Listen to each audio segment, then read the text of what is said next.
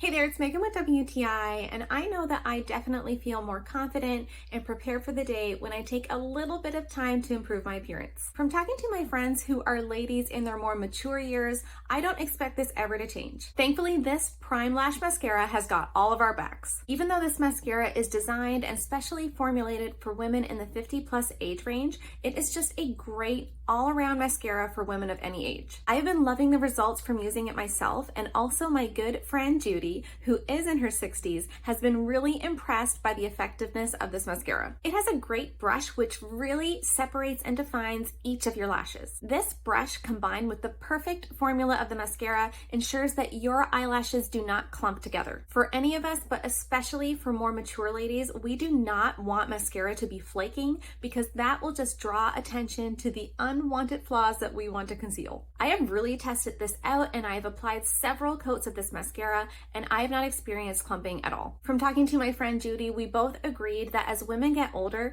the simpler the makeup look, the better. Using this mascara inspired us to have a fun little makeup date together where I gave her a little bit of a more dressed up eye look. She has really beautiful blue eyes, and it would just be a shame for them to go unnoticed. So with just a little bit of eyeshadow capped off by this awesome mascara, it really made her eyes pop. An excellent perk to using this mascara is the fact that it is a conditioning formula. I think that this is especially important for women in their later years because as we age, our hair, including our eyelashes, tends to become more delicate and fragile, so it definitely needs reinforcement. Whether this mascara is for you, your mom, your grandma, your great-grandma, it doesn't matter. It will help any lady to enhance their own unique beauty at any age.